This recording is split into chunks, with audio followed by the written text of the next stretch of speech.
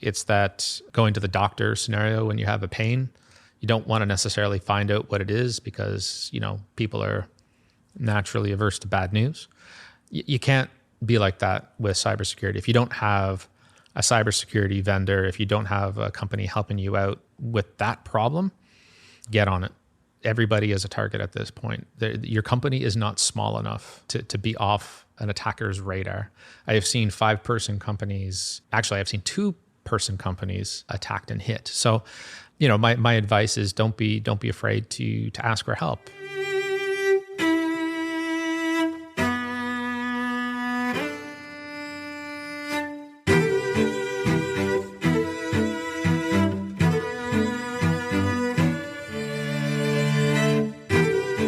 Hello and welcome. I'm Shane Parrish and you're listening to The Knowledge Project. This podcast and our website, fs.blog, help you sharpen your mind by mastering the best of what other people have already figured out. If you enjoy this podcast, we've created a premium version that brings you even more. You'll get ad-free versions of the show, like You Won't Hear This, early access to episodes, transcripts, and so much more. If you want to learn more now, head on over to fs.blog/podcast or check out the show notes for a link. This week I'm talking with Matthew Holland, the founder and CEO of Field Effect Security. For the past decade, Matt's been the guy that every 3-letter agency in the Western world has called when they have a problem that they can't solve. Before Matt started Field Effect, he enabled allied governments to pursue their lawful mandate. This episode is all about cybersecurity, exploits, hacking, and defending. And while this is a world we all hear a lot about, rarely are the people talking as knowledgeable and informed as Matt. In fact, I'd say he's one of the top 3 in the world at what he does. Let's dive into the mind of an attacker, what's possible, and what questions you should ask your cybersecurity vendor. Along the way, we'll talk about Snowden, what it's like to work at an intelligence agency, and of course, Huawei and national security. It's time to listen and learn.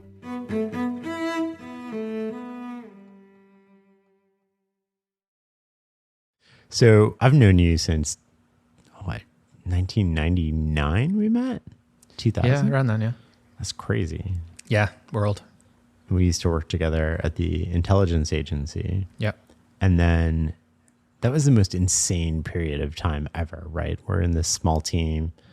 September 11th happens. The world forever changes. Our team works nonstop for effectively 7 years. Like, I don't remember any of us having vacation from 2001 to 2008, other than like a random Monday or something. Yeah, I mean, firstly, I think vacation is probably largely overrated just because I'm a workaholic.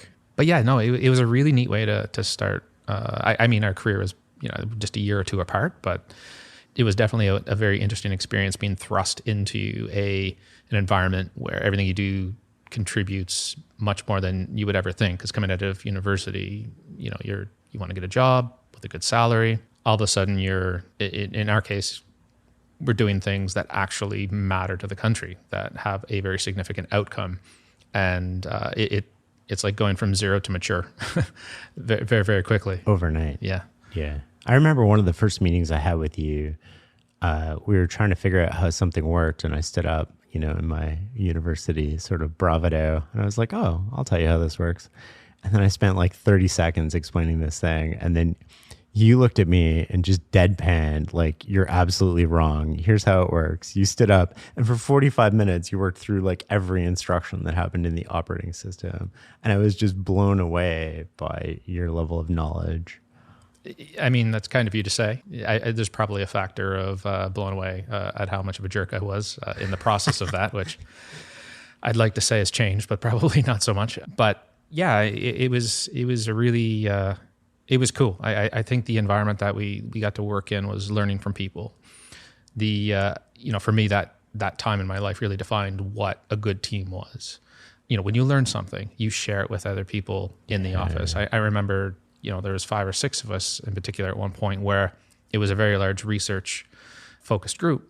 And anytime you learned something or I learned something or one of our colleagues learned something, it was a really neat discovery, but we took the time to educate each other. Yeah. And I think what that fostered was a team that, a level of trust that I had never experienced in my life. I remember, entering that team being massively humbled.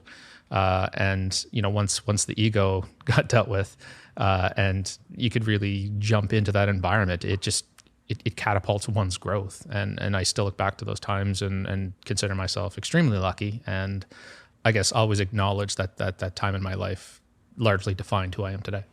I want to come back to that in a second. I remember it's weird to hear you say sort of like you were humbled. You were literally the best in the world at what you do. And we're going to come back to that throughout this interview. Is it drinking whiskey? You're pretty good at that too. I remember showing up, like you used to drive me all the time in your Mazda. What was that? It was MX-6, buddy. The MX-6. That was the it smelled like toffee nut latte. Yeah. No, that was the dream Cybermobile. Oh my God. We spent a lot of time together. What made you leave? So I reflect on that quite a bit, just because I get that question often, and I don't think I've ever really had a good answer that wasn't necessarily immature. The ultimate reason I left was because I saw a limit to what I could grow into and what the vision of the group I was in achieving was. Like there was a ceiling arbitrarily put on top of that. And I'm the type of person that I don't work well when somebody says, this is as far as you can go, or this is what we're going to do, regardless of what the evidence or ideas or good ideas, bad ideas, whatever. That stopped. And it was not an environment that I said, I can grow here anymore. One of the big indicators of that, which you'll probably laugh at this, but there's a management competition. I screwed up the entire interview, but it was the same problem where somebody would ask, the interviewer would ask me a question, and rather than give them the answer of, I would build a team to do this, I would request funding to do this, I would reach out to universities to bring them into the fold. So, that's the answers they wanted to hear. What I gave them were the technical responses to the questions they were asking. So how would you solve this problem? Yeah. My answer was, well, I would do X, Y, Z, and then I would do this. You didn't play the game. No, it was just I answered the question. And I think that was the first time it really dawned on me that I probably don't fit into the mold that they were looking for. So I think that's when I started the ball started rolling on my departure. I remember it changed probably about 8 months before you left. Like it started to get more, I don't even know how to word this. Like when we started, it was very fast moving. We had a lot of authority, a lot of control, a lot of decision-making power. And then slowly, as we became more successful, the irony is like that sort of became less and less over time. Yeah, I remember having a conversation with one of our mutual colleagues at the time, and I remember being very irritated about the arbitrary handcuffs that were being put on our ability to innovate, research. I remember a contentious time that you and I actually, stood up at a town hall and got in a giant argument with a director. I remember that. Yeah. Stu, if you're listening, we're sorry. And it was very frustrating. And I remember that colleague saying, this is just part of business, man. Like once you're part of a group that does something really good and people take notice and they want to turn that into a larger part of the organization. And with that comes what you're seeing now, formalized, you can't work more than this. You have different reporting responsibilities. And, at that time, I just wanted to innovate. I just wanted to come up with new solutions to the problems that operations were running into. Not being able to do that in its raw form was extremely frustrating. So you left, and we can't talk about what we did there, but we can talk about what you did right after you left. And so you started Lynchpin, and you had an unconventional sort of way of starting that company, which is releasing a privilege elevation to get some attention on Microsoft. You want to talk about that? Yeah. So that was a funny period. So at the time, my business partner and I, we thought, how can we make a splash? Because when we left, our intention was to augment the world that we left with, I guess, a privatized twist on things. So we thought about, okay, how can we really stir things up a bit? And at the time, Microsoft was releasing mandatory driver signing as part of Windows Vista, which is showing our age right there. Yeah. And there's so much hype around it. And the way it was being advertised, it was going to be the silver bullet to stop all malware, to stop, anything bad that could be happening. And anybody who has spent any time, I guess, on the offensive side of the house, was looking at that and saying, No, That's bullshit. It'll make things better, but it's not going to be the silver bullet that everybody thinks. So we said, all right, well, why don't we just do something kind of funny and, show them. So what we did was we wrote a tool called Den Whip-Ative. The name of the company was Den Whip-Ative, which is Vista Pooned in reverse. Got a signing certificate under this fake company, legitimately registered, fake in reality, and released a tool that would load. It was a signed component that would load an unsigned driver. And it was not to do anything other than show how easy it is with the most simplest, goofiest approach to get around this problem. And so at the time I was in Australia with my business partner starting things up. We were working out of a closet, really kind of a ragtag setup to start. And at the time there were people being arrested for violations of the DMCA, Digital Millennium's Copyright Act, which, back at that time was a really contentious thing because it was changing what people could or could not do with computers. And it was a really big deal. So when we released that, some people were like, oh, that's kind of neat. And other people are, one person in particular was like, this is a violation of the DMCA. You should be arrested. P.S. It's not really that cool. I'm going to go and release a tool that actually exploits ATI drivers and NVIDIA drivers and then basically does the same thing. But I've done it a lot cooler. So take that, linchpin, haha. Right. And in reality, that was... I remember that guy. Yeah, that was so much worse because, and I don't know if it actually resulted in the revoking of ATI and NVIDIA's signing certificate, but it was something that, to us, it was... It was over the line. It was stupid to say that we were violating the DMCA, and two, the response was just so much unbelievably worse. And it was a very weird first few months of the company. Do you ever miss sort of working at the intelligence agency? I miss people. I miss a lot of really good people. They have amazing people. It's a very underrated. People think that all sort of like government employees are lumped in the same group. They're not, as we can both attest to. Yeah. So I miss the people. I miss having firsthand exposure to the mission. I think back to some of the things I got to see and be a part of that no one will ever know about. And that is really cool. It was really neat being a part of that. It creates memories that I'm pretty sure if I were to run into somebody 30 years from now on the other side of the world in a bar, immediately there's that connection of like, hey, we did that. That was really cool. So yeah, I miss aspects, but I don't miss the handcuffs that were ultimately a part of my departure from there. And then when you left, do you ever feel like they didn't want you to succeed because they wanted you to come back? Was there a part of you that felt like they didn't want to give you contracts? They didn't want to... I don't know if there's any interest in me coming back. I think there was definitely skepticism as to whether I could succeed, which I'm fine with that.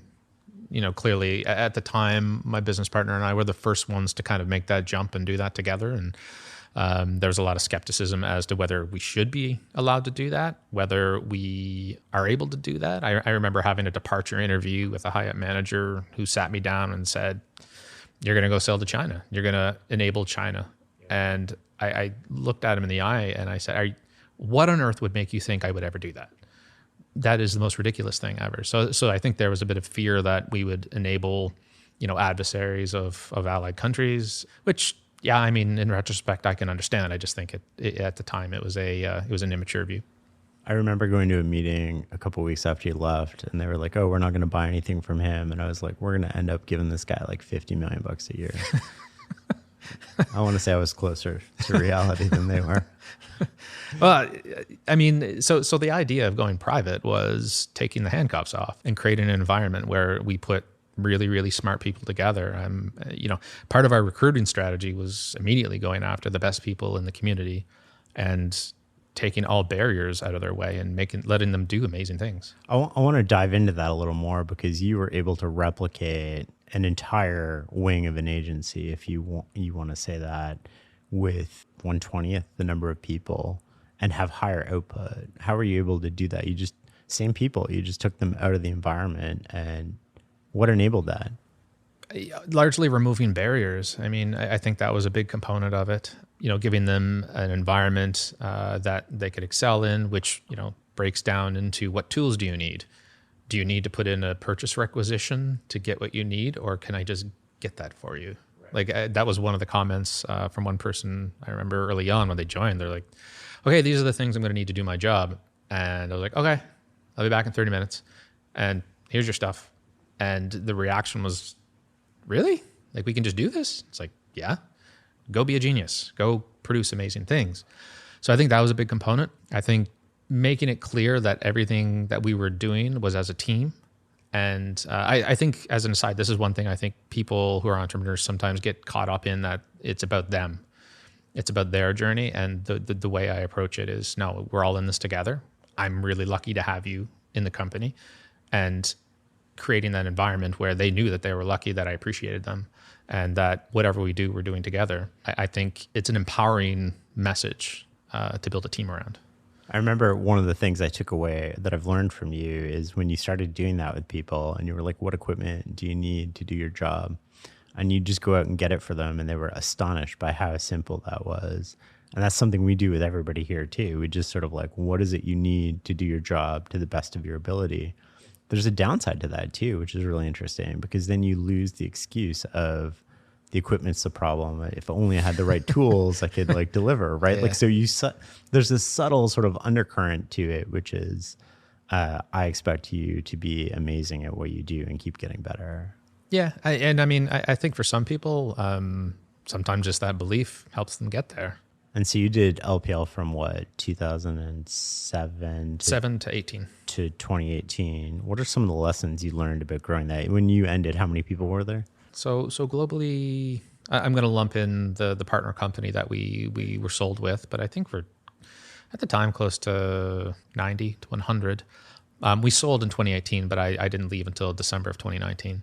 I want to come back to that, but what are some of the lessons you learned from growing, scaling, running that company, recruiting?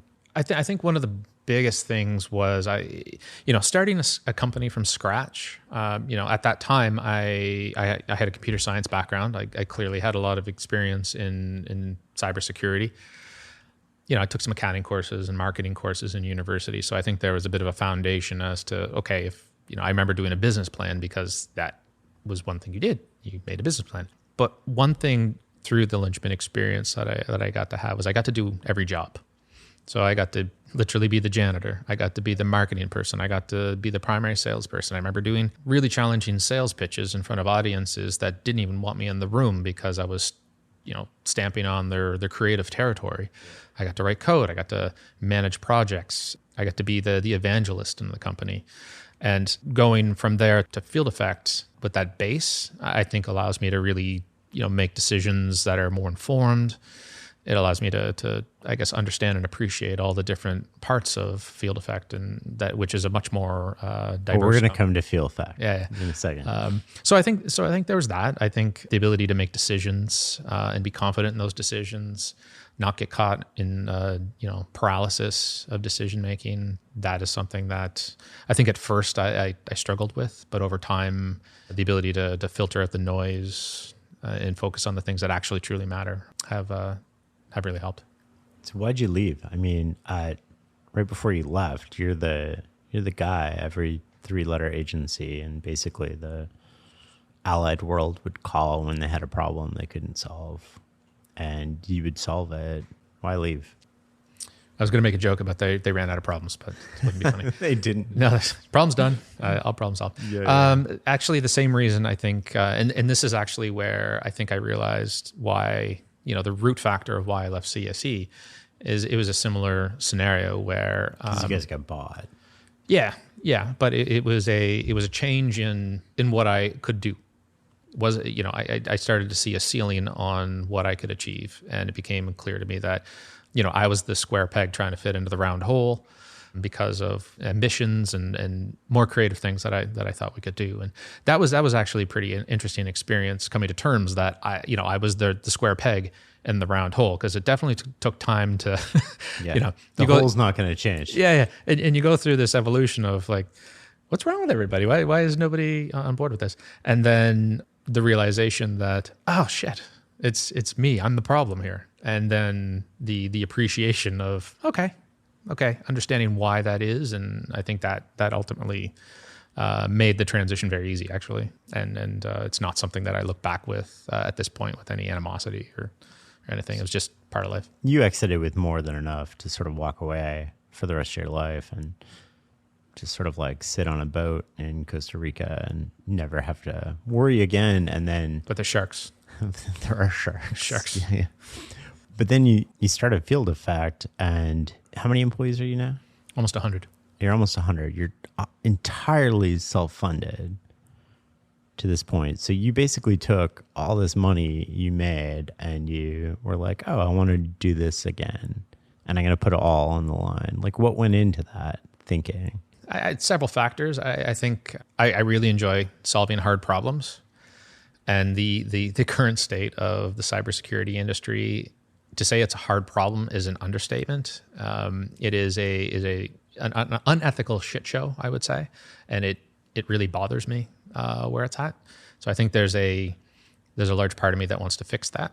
There's also the aspect of I'm like ultimately a serial entrepreneur. And I remember chatting with my wife, like when that transition was happening, she asked me like, why are you doing this? And I was like, what else am I going to do? I'm just going to start something else. And it's either, a cybersecurity company that I'm once again running that I believe can change the world and fix a lot of problems, or I can open a coffee shop. Probably going to take the same amount of time. So how about the cybersecurity firm? And how important has she been through this? She's amazing. I don't think I could ever thank her enough. I think the formula for my success, she is a huge part of that. She is a fun. You're a workaholic. Yes. If you could sample what makes her run, who she is, and somehow create like a vaccine and inoculate the world, like you would have world peace, hands down. And that obviously is a strong statement, but she is a phenomenal. Anybody who knows her would definitely agree with that. I would agree. She's amazing. She is pretty cool. You mentioned sort of the state of the cybersecurity industry. Talk to me a little bit about that. Where are we? What's it look like? I mean, there's nobody in the world, from my point of view, that would have a better aperture into not only how things are, how they're sold, but also the attacker's mindset in terms of what you're buying versus what you're consuming and how it's impacting your business. This is the part in the discussion where I get angry. That's okay. We got a lot of scotch. So I think to answer that question, the first thing we need to do is look at what the cybersecurity industry actually is, because I think that it gets muddled. The way the public looks at it, the way it's reported on. It's just everything. It's like a grab bag for... Yeah. So I think there's three groups or pillars of cybersecurity. There's the offensive side, which we've talked about, the ransomware, the intelligence agencies. I say offensive, but it's that traditional hacking, which has largely been glorified thanks to Hollywood. Mr. Robot gets it right, though. I don't know if you've I remember seen in Swordfish, he sits down like 30 seconds later, everything's... Yeah, no, it's largely horseshit. Isn't that how it works? With VR goggles, yeah. But if you ever seen Mr. Robot, that is actually an accurate representation.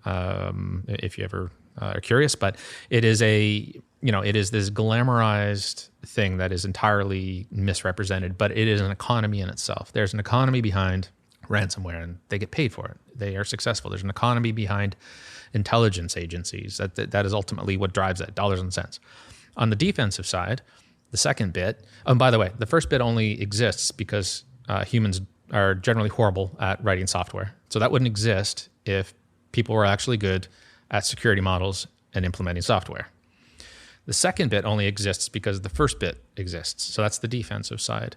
So let me, I guess the best way to describe it is, as a consumer, it is probably the worst experience you could go through. So if you're going to go buy some cybersecurity, are you buying an antivirus? That's exactly what I want to do. I want to buy. Yeah, buy some cyber. Yeah, because that's largely because it's a we're joking, but yeah, it's a black box industry, right? A lot of businesses, a lot of people don't know what they're actually buying, and that has been exploited by the industry. And this is the part where I get angry, because none of the solutions out there are a few that are decent, but like, look at what your options are. Do I buy an antivirus? Do I buy any spyware? Do I buy a firewall, Shane?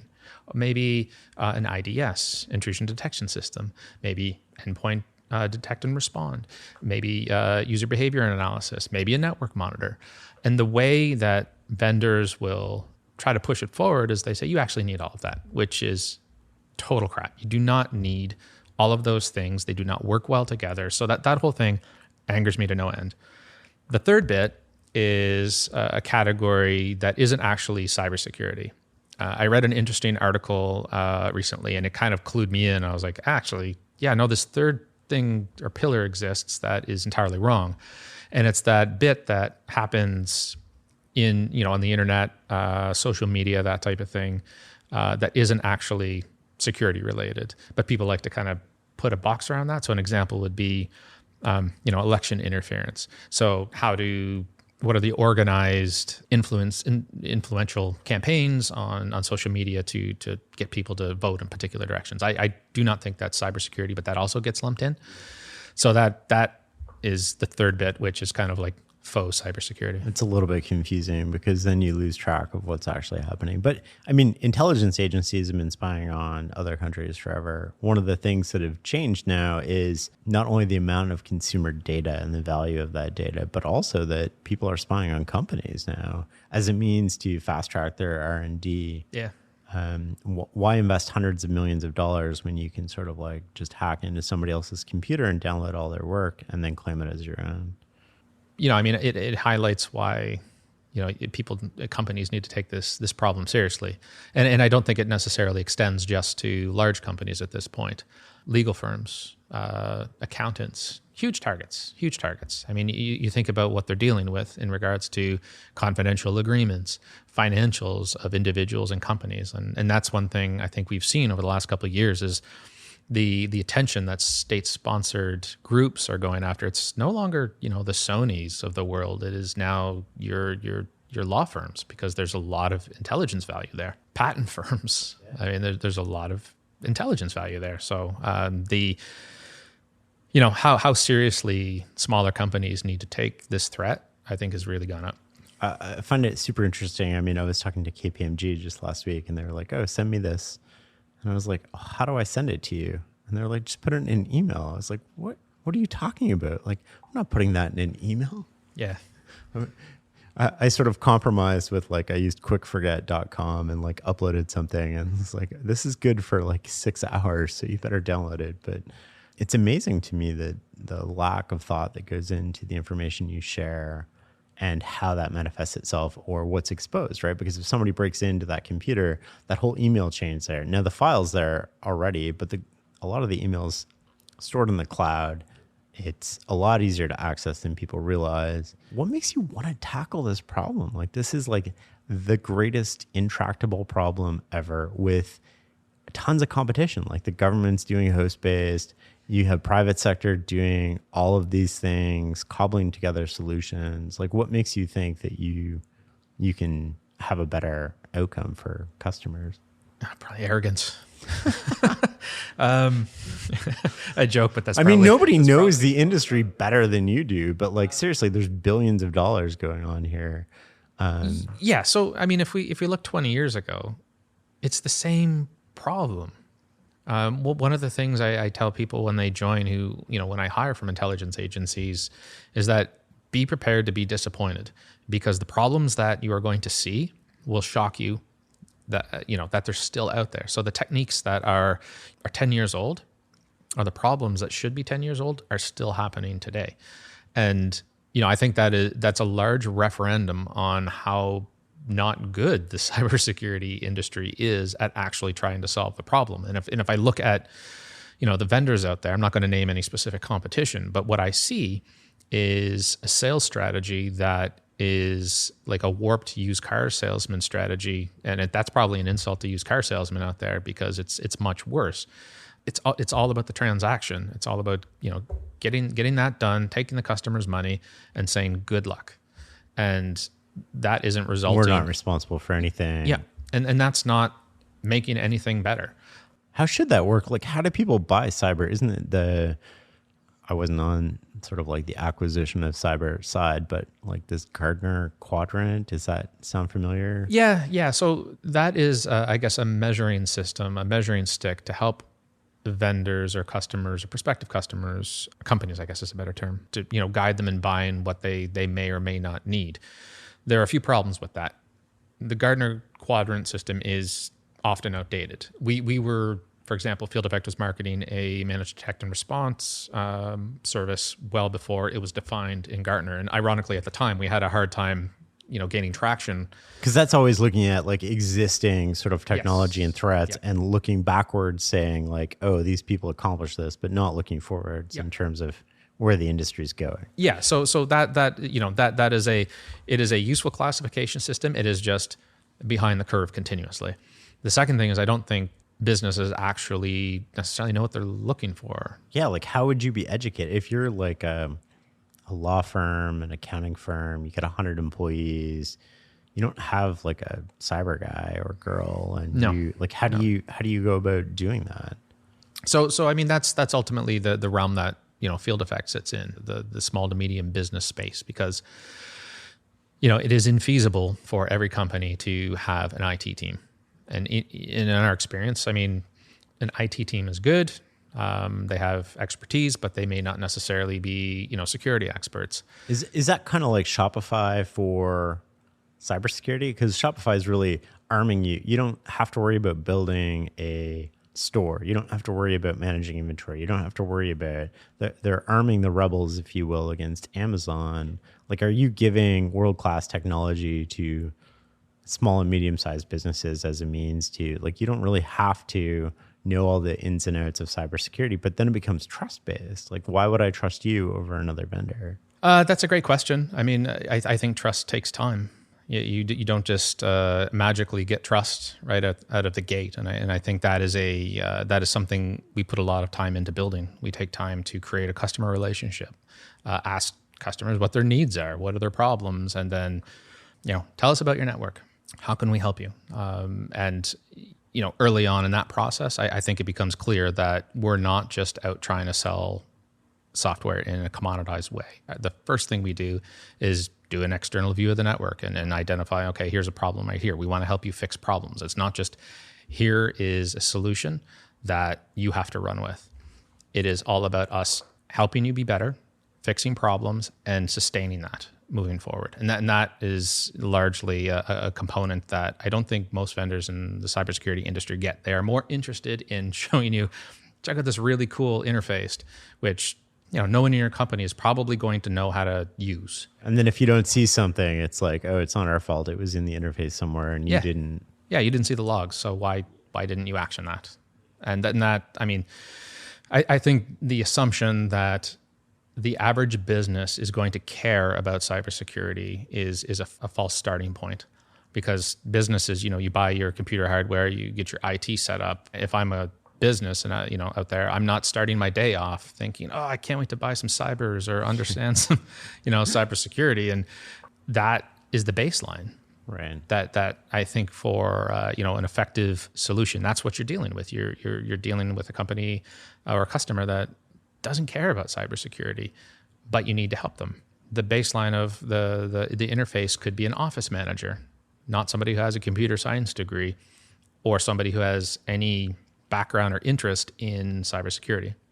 So having a system that is set up and built and implemented to work with people who don't necessarily care or will care or should even care, because that's not their job, that's what we do. Well, that's a good point, right? Like, you're not trying to make them care. You're just trying to say this isn't a worry for you anymore. Yeah. And when something comes up, here's a very concise way of dealing with it. Not a series of links. Go Google this. Learn how to implement a VPN. Learn how to use a firewall. Learn how to patch your system. It's a guided approach to this is specifically what you need to do. Let's flip that around, and what people don't often see, which you can add uniquely, is sort of what's the mind of the attacker. Like, if you're looking at acquiring valuable information from a company, walk me through that whole process. Like, how do you think about that? How do you go about doing that? What does that look like? So initially, an attacker is going to profile the target, and that can look like different things. So if the target has online services, they'll probe those services to see what's there. Are there any email addresses on your website that are really easy to identify? What type of social media presence is there? And that ultimately will lead into typically a social engineering campaign, either in the form of an email that is received that looks really normal, that you want to trust, and hopefully will get you to click on something or double click on an attachment, or it'll go to your phone, you click on that, and that exploitation occurs. The other approach that we see quite a bit is people don't use multi-factor authentication with just a basic email setup. So brute forcing passwords works. Somebody gets in, we'll scope out your inbox and see what's there, who are your customers, what's your routine, and then they will perform perhaps a financial redirection. So in that case, they would get an idea of what your entire portfolio is and email all of your customers and say, hey, here's your new payment instructions. And they will have all the outstanding invoices already listed and ready to go. So they can immediately say, you owe us X amount. This is where I want you to send this money now. And that is remarkably and surprisingly effective. Yeah, and hard to track down. Even though there's like a total with bank accounts, we'll come to cryptocurrencies and sort of ransomware later. But with bank accounts, it's easy to see where the money goes. It's really hard to get the money back once it's gone. Yeah, and that's conventional sort of attacks, right? Versus sort of somebody like Boeing or General Electric or sort of Cisco, who would have a lot more valuable IP and probably worth a 0-day or sort of like developing a custom exploit. Can you walk me through like how that would work? Yeah, hypothetically, of course. So you're interested in more of the pointy end of the stick? Yeah. Yeah. So, the way exploitation works is, what specific platform you'd like to walk through? Let's walk through Windows. Windows. Okay. So if you're going after a Windows box, it's either a server or workstation. And typically servers, if they're internet facing, gives you the ability to hit it direct. So if you have a 0-day and a web server, for example, that is something you can directly access and exploit. And that is a very direct way, I guess, of attacking. The other approach is you have a Windows client. You're sitting at your desk, you have a laptop, and you're just typing away, and you get an email. That is probably the most common way. And what that looks like is, again, back to the scenario where you're trying to convince somebody to trust an email, so they click on a link. What happens? Like, walk me through. I click on this link. Yeah. Like, so the first thing that happens is, the browser would be exploited. So whatever browser renders that link, web browser exploit would basically gain code execution. And modern browsers are definitely getting better at protecting against that type of thing. So, Chrome every browser has a sandbox now. Most browser flavors are, some measure of Chrome. So even Microsoft Edge is now based on Chromium. And so is Brave, and so is like Firefox, isn't there? Is it? No, Firefox is not. Okay. I think they're still rocking their oon setup. For now, they just fired their threat team. Oh, jeez.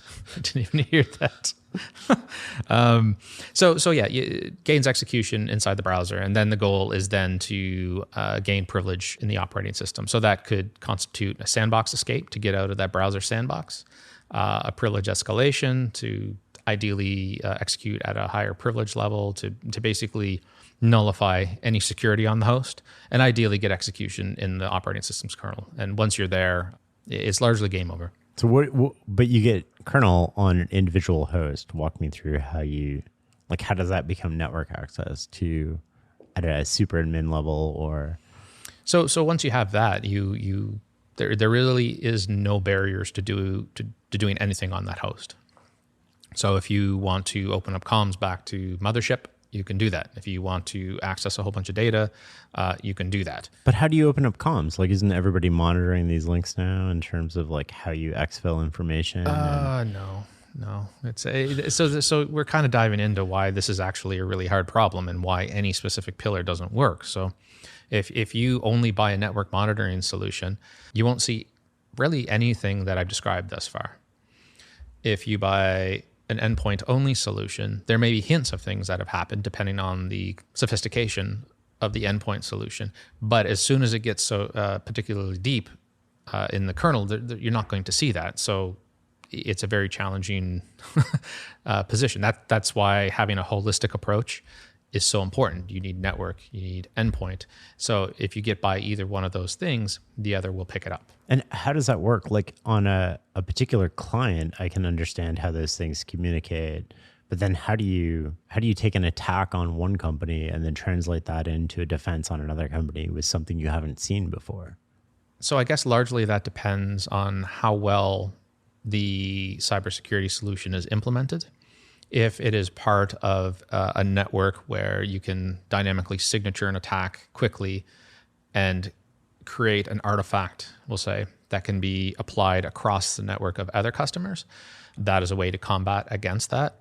I mean, the zero-day problem is something that's always going to be there. I think this is something that a lot of vendors don't actually realize, that no matter how much you lock down your operating system, there's always going to be a creative group out there that does things better, that can get around it. I mean, if you look at Apple iPhone for the past, I don't know, we'll say decade, they've been adding an increasing number of security mechanisms into the operating system that largely limit an app writer to only being able to do specific things. But that is largely crippling from a security standpoint, because all you need to do is get around these set of mitigations and you now can own any Apple device in the world. And a really scary thing is recently a company called Vupin, that is, they buy zero-day exploits. Not sure where they go after that, but what they do is, well, I can speculate, but they buy zero-day exploits. And they posted something recently where they said, we're full up on iOS privilege escalations. We get enough. Yeah.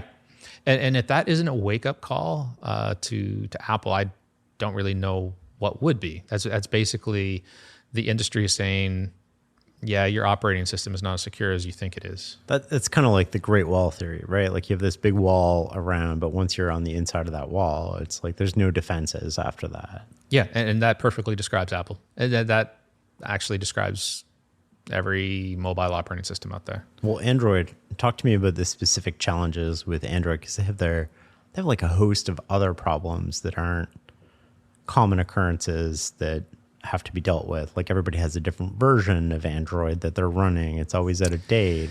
Yeah, so Android's an interesting beast because a lot of... It's the most common platform, isn't it? Yeah, and it gets a lot of positive attention out there because it is an open platform. You could download... security nightmare. Yeah, you can download the source code and you can see what's running. And that is a component of a secure operating system, I guess, that the average person can go out and audit what's there. The average person could, if they want, take that, download it, compile it, put it on their phone, and maybe add some additional bells and whistles.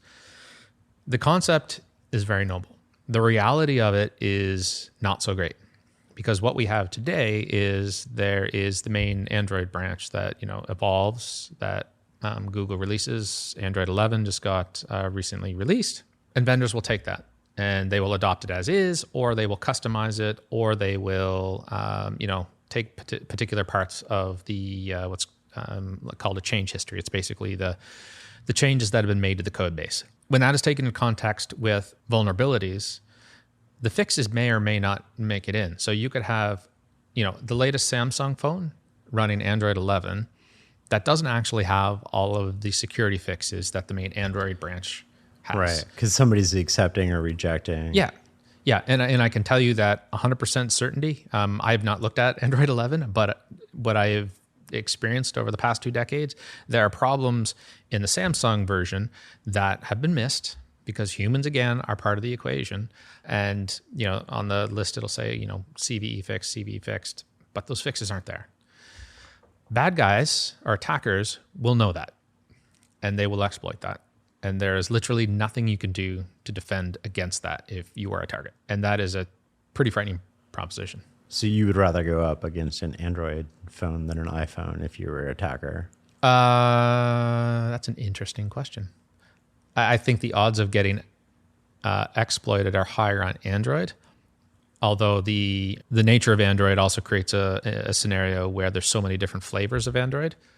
It makes it much more difficult to create a mass attack. Whereas on iOS, because it's the same version of the operating system across the board on every device, if you can find a problem in that, you get all those devices. On Android, you get the nuances, I put nuances in quotes, of some of the decisions that individual vendors will make that that makes it very difficult to take an attack on Samsung and apply it to, I don't know, Google phone or a ZTE phone. So I would say generally it's the security position on Android is worse. The odds of being hit in a mass attack are potentially lower, but if somebody is targeting you, I would say that the odds of them being successful against you are higher on Android for sure. As phones, or if you want to call them personal computers, it's like those are our personal computers, right? More so than we think. Become more prevalent, they'll become the surface of which gets commonly attacked. Walk me through, like, how does phone exploitation even work? Like, is it the same sort of system that you would use for Windows or Apple? Is it different? Like, how do you attack the phone? You have this thing on you all the time. It's got a mic, it's got a camera. Yeah. So the unfortunate answer is the exact same way you'd go after every other type of computer. iOS is just an operating system. Android is just an operating system. There's no special features that make it impervious to attack. There are different security mechanisms in place that an attacker needs to get around, but it's the same deal. So if I'm going after your Windows laptop in the scenario that I described, where I send you an email on mobiles, it's the same thing. And it's actually worse in some cases. About a year ago, a company out of Israel called NSO Group, they got busted for having a WhatsApp zero-click mechanism. So there's some quick lingo dive here. One click versus zero click. One click is you have to social engineer somebody to the point where they can click on a link and exploit the phone. Zero click is where there's nothing you can do. You are just owned and you have no idea. You don't even see a message. Yeah. Like, you're just... Yeah, no decision on your part. You're sleeping in the middle of the night. In this case, NSO Group sends you a malicious bit of content via WhatsApp, assuming they've been able to, figure out your WhatsApp ID and then exploit your phone. And congratulations. That whole step of getting around sandboxes, privilege escalation, it's all the same concepts. But in this case, it is a direct way to attack a device that you own. So previously, like, tools like that were only in the hands of governments, and they weren't generally targeting individuals or small corporations. Has that changed? I think the accessibility is different.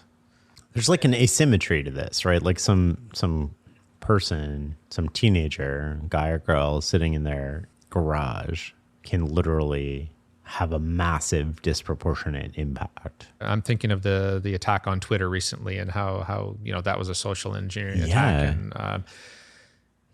And in the context of going after mobiles, I mean that's it all comes down to the accessibility of the attack vector and the creativity of the person running the attack vector. So I was thinking, with NSO Group, there's a lot of articles on them about who they sell to and don't sell to. They have a whole group now, or whole internal group within the company that I've read, dedicated to making sure they make ethical decisions. I don't personally trust that they're making ethical decisions. Why do you need a group to make ethical decisions? I mean, that's an indication that, ethics weren't a component in the founding of the company. But that's probably a whole other discussion.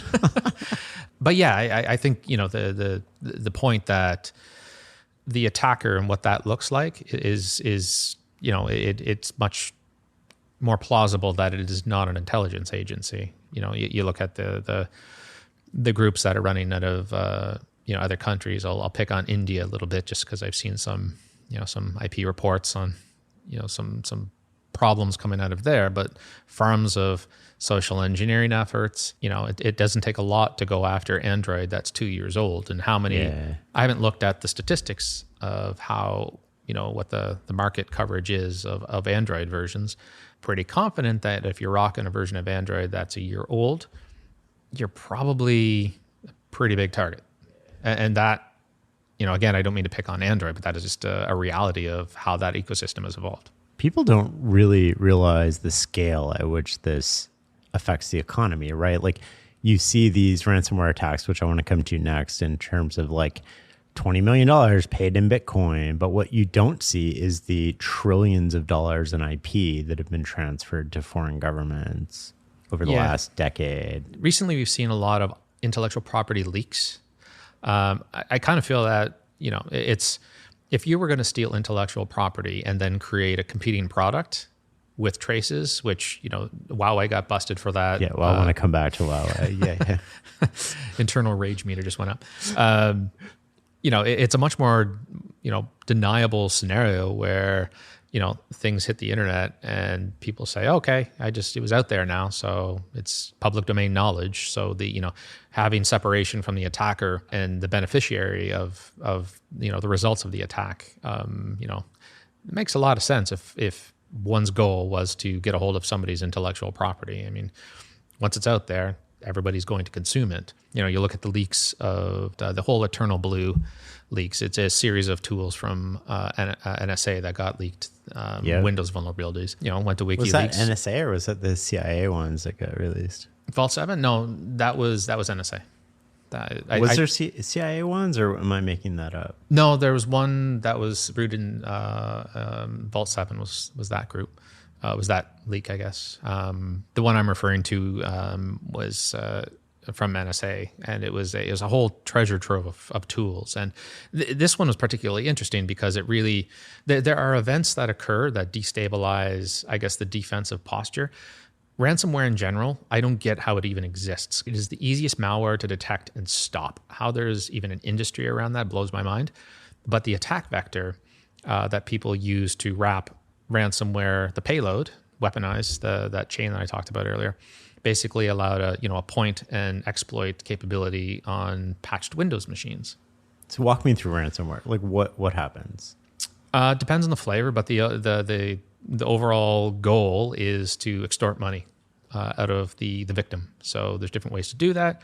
If you attack an individual, you would potentially encrypt their personal photos, credit card information, maybe other personal compromising information, and then say, give me X amount of money, or I'm going to expose all your photos, or I'm going to delete it all.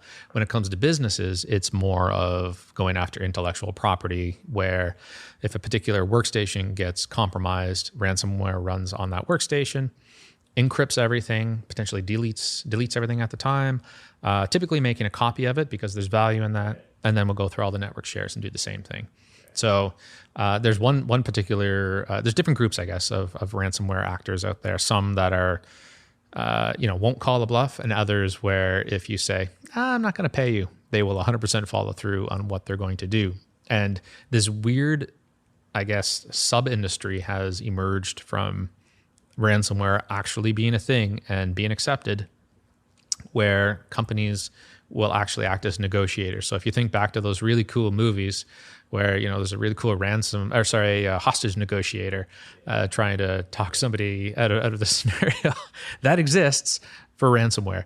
And it drives me up the wall. For me. Yeah. Why is that a problem? Like, do your customers have ransomware problems? Oh no, because they use covalence.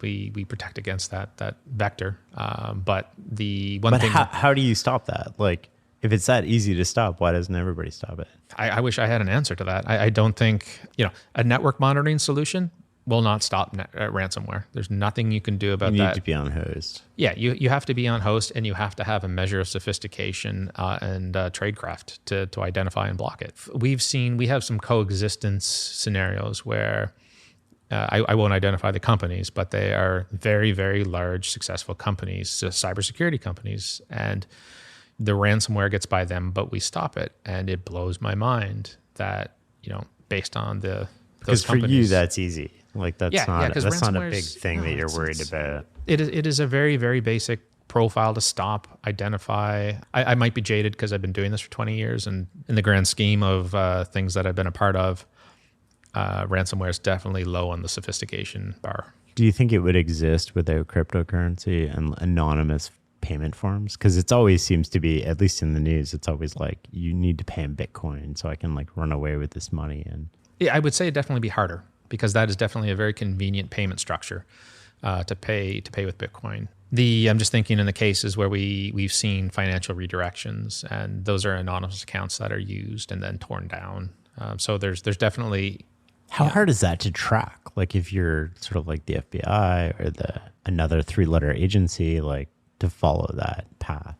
I don't know about that. It's not my background, but I would say the challenge would not necessarily be the difficulty. It would be the average person or business getting any agency to care to track it down, because that intel agencies, law enforcement agencies aren't sitting around waiting for things to do. There's really big problems they're going after and trying to fix and solve. And, a small company, a law firm getting ransomware is just low on their. Well, it's not even a matter of payment for them. In some cases, it's life or death for the business, because you can effectively turn the business off overnight and just eliminate it, especially if you're small and you don't have these sort of like big bank accounts to pay.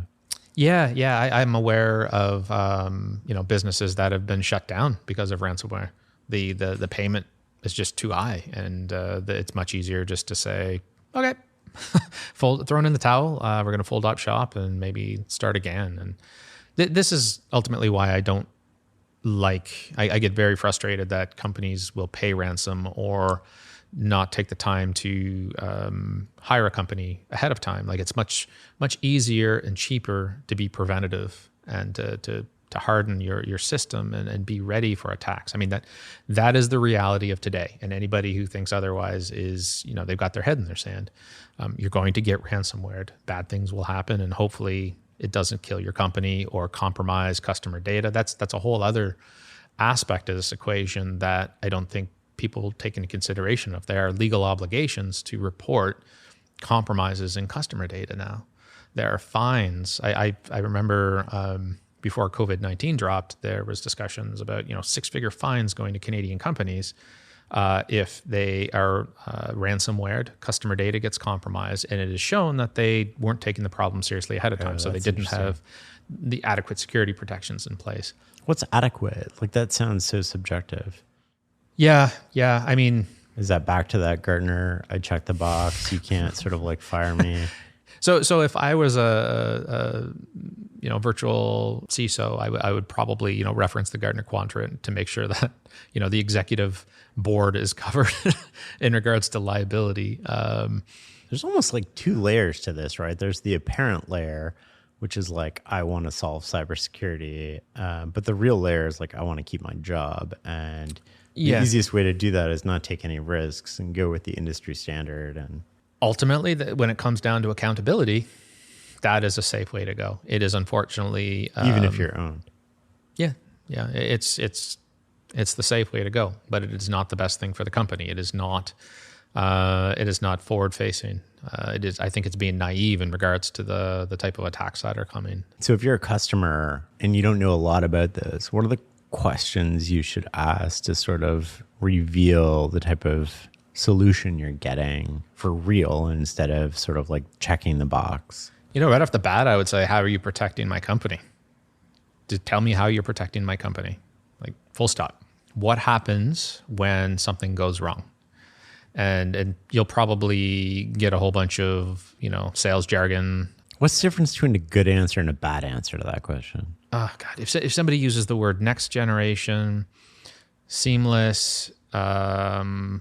We'll stop everything. Yeah, AI, we've got machine learning. If any of that comes up, big red flags. So if somebody can give you a good answer to what happens when your system fails, that gives you comfort, then I think that is a good position to move beyond. When I said earlier that the cybersecurity industry is like a bunch of unethical used car salesmen, it's because there's so much jargon and salesmanship that goes into this. For example, the process of buying a car. What do you expect when you go to a dealership to buy a car? What do you want to walk away? Assuming you really like a car or a brand, what do you expect to walk away after a transaction occurs? The car. Yeah. Unfortunately, with the current cybersecurity industry, there are sales persons all over the place that will say, what you need some wheels. And then another salesperson will say, I can sell you the engine. And another salesperson will say, I'll sell you the steering wheel. You probably only need the steering wheel. But I can tell you that it's gonna I be got great. some rims over here Yeah, too. and it is up to you as a company to put those things together and make use of that. So you're cobbling together the solution yourself, and each vendor, like no vendor is responsible then, because Correct. it's like, oh, this person, there's a lot of finger pointing. Yeah, and ultimately the only working cyber solution, and I don't care what the sales point is, the only true working cybersecurity solution is one that looks at it from where's your data, how are you going to be attacked across the board. So it needs to include an endpoint component, a network monitoring component, a cloud component, potentially an IoT component, an XYZ for things that we don't even need to know it exists yet. This is where this whole concept of next generation drives me nuts, because people say we have this next generation thing, and what I'm seeing right now is the exact same thing I've been seeing 20 years ago, regardless of whether it has a machine learning component or not.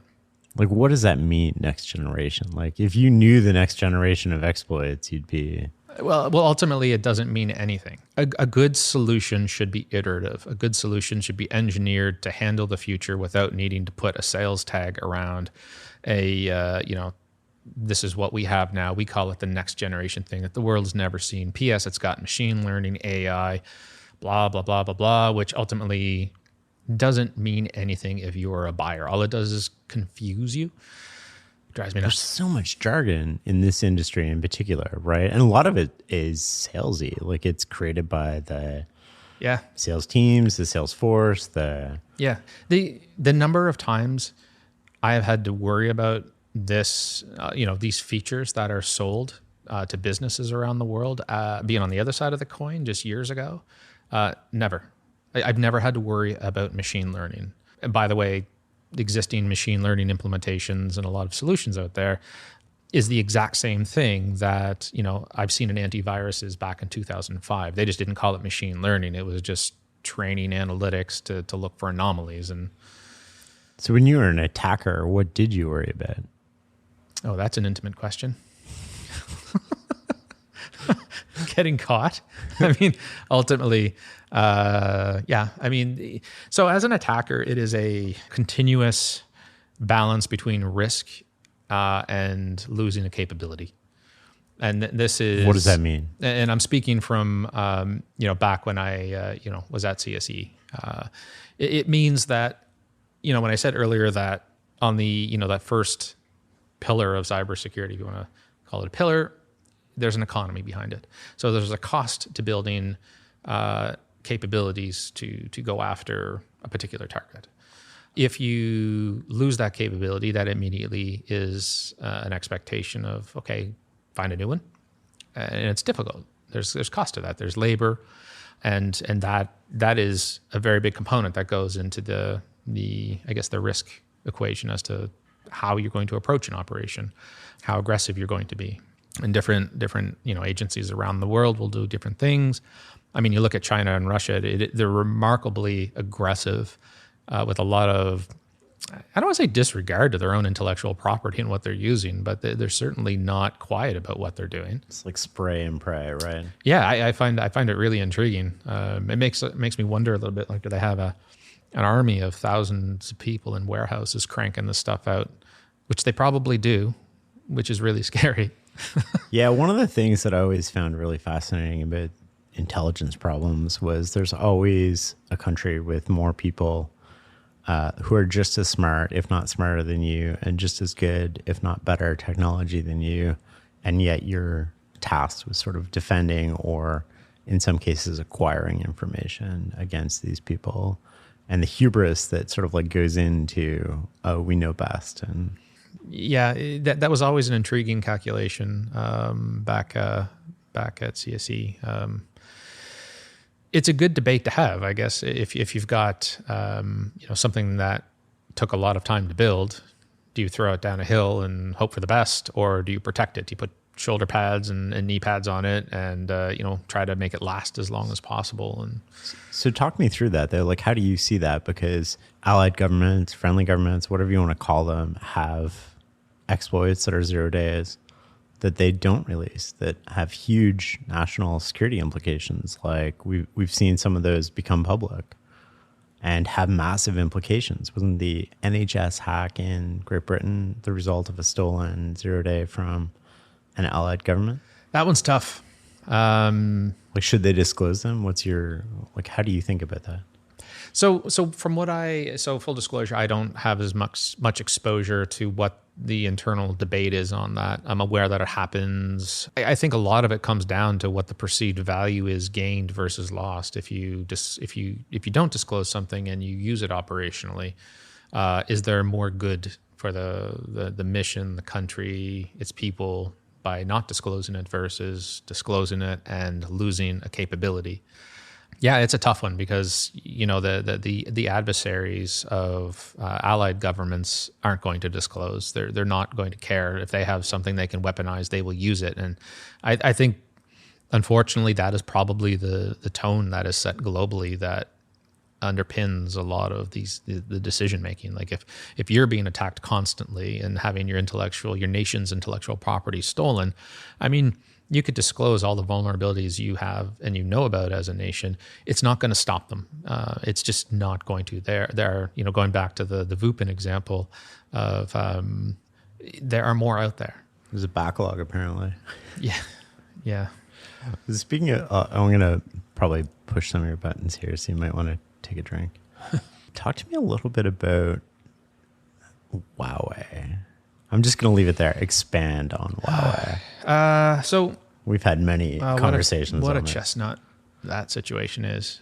So Huawei's had a bit of an interesting, less than smooth ride, I would say. Really? They came out of nowhere with all this tech. Yeah, which miraculously happened right after a Cisco leak, a giant Cisco source code leak. It's a coincidence.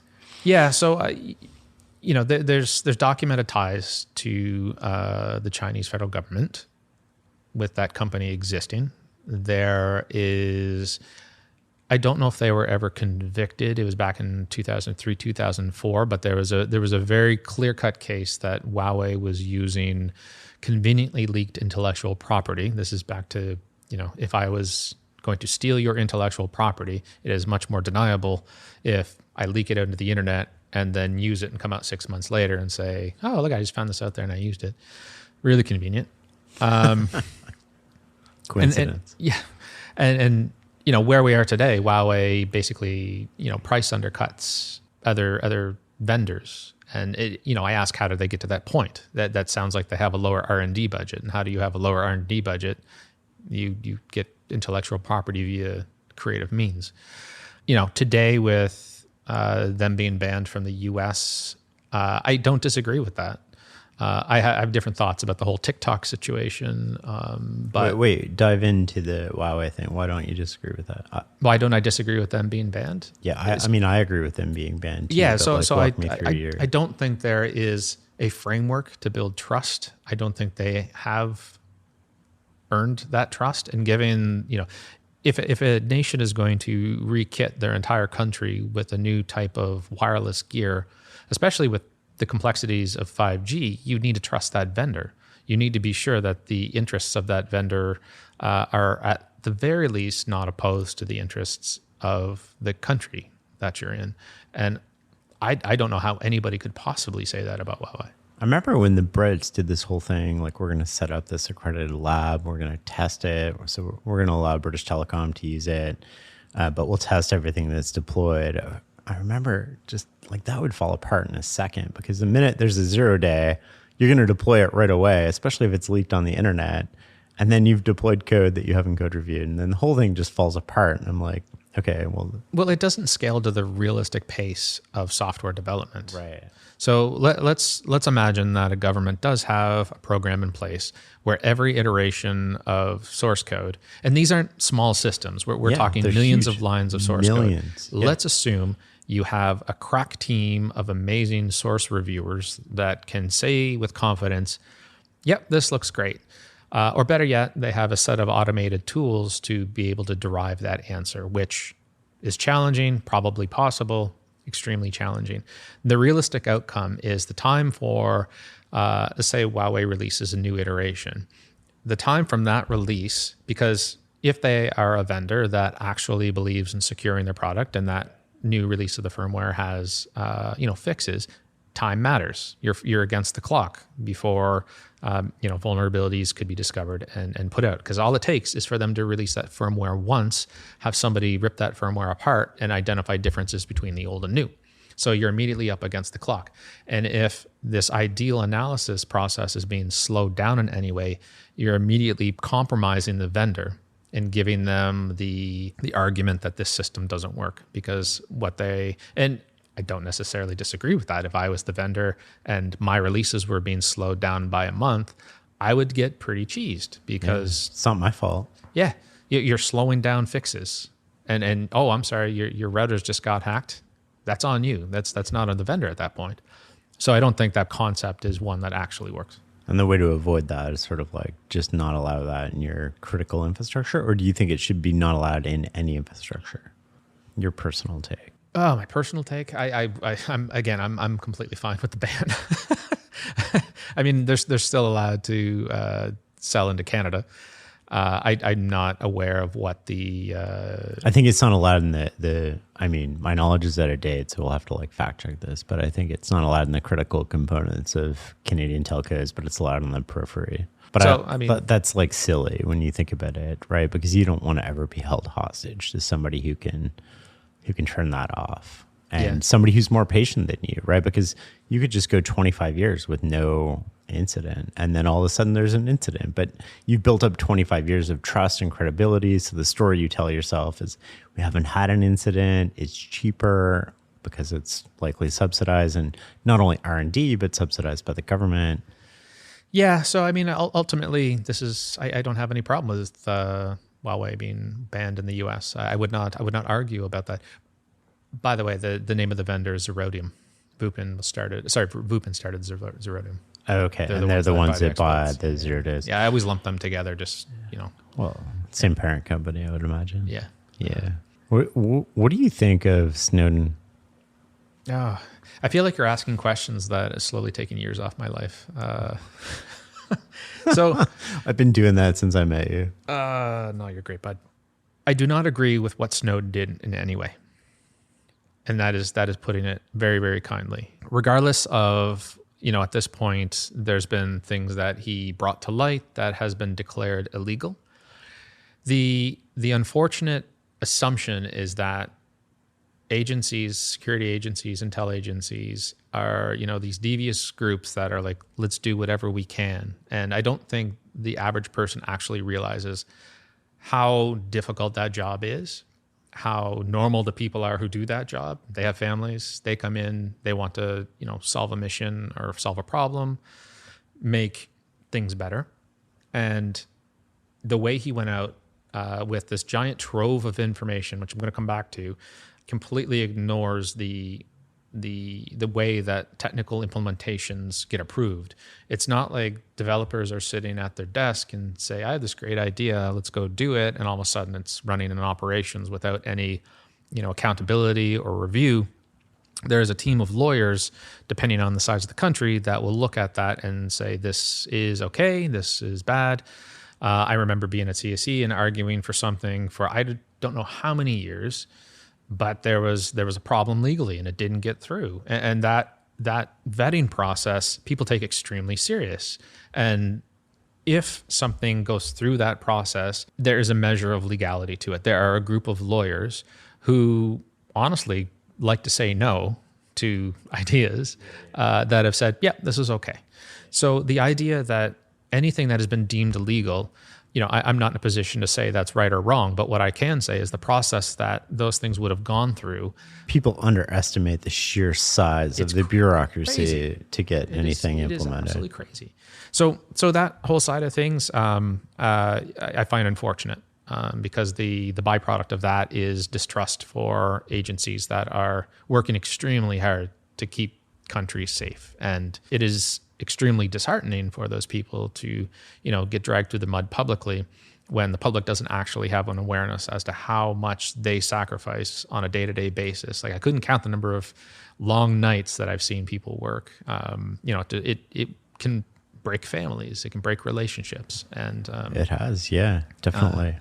So the other side of it is, trusting his intentions. So he had gripes about those types of illegal, mass monitoring or mass surveillance programs in the US.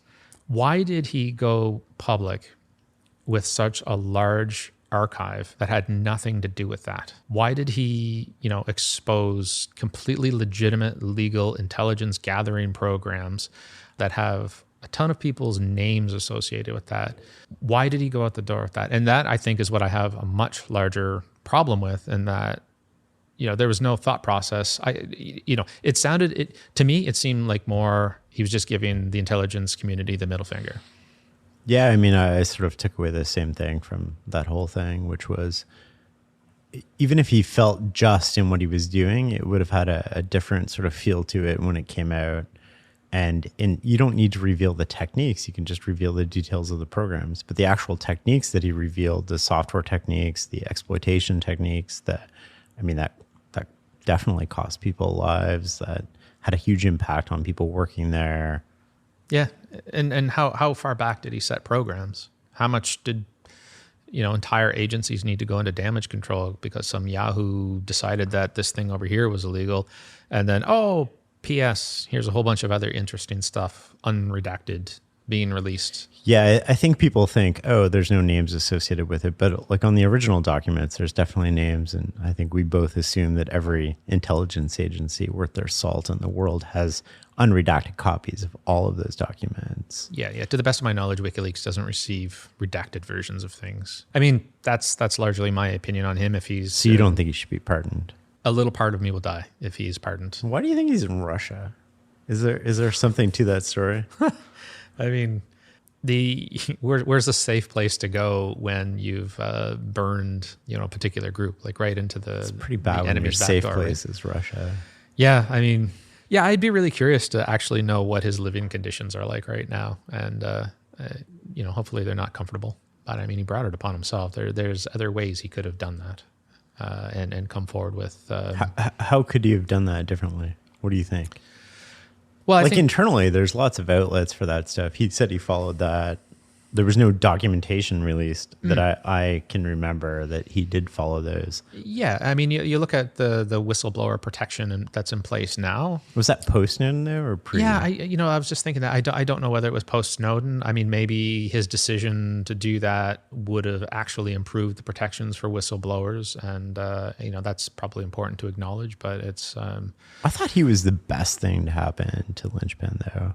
I remember and I don't mean that in a negative way. I just remember what happened in the immediate aftermath of that was they locked down the process by which people get hired. So I don't think you or I would make it through today from start to finish because of our backgrounds and sort of different quirks of our personality. And so what happens is post Snowden, you end up hiring, I call it the stormtrooper problem, which is you end up basically hiring the same type of person, right? They're sort of never had a problem in their life. They get straight A's. They do all the right things. They tie their shoelaces the right way. And they come into the organization and they get promoted.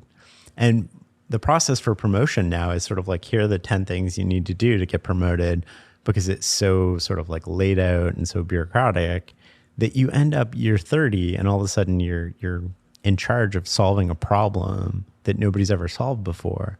But you're in a group of people who all see the problem the exact same way. So you all share the same blind spot. So I remember when that started happening, I was like, oh man, this is great news for Matt, because you're hiring in a way the misfits of the industry, right? The people who don't want to go to meetings, the people who don't want to fill out the forms to go travel, the people who just want to be able to do their job.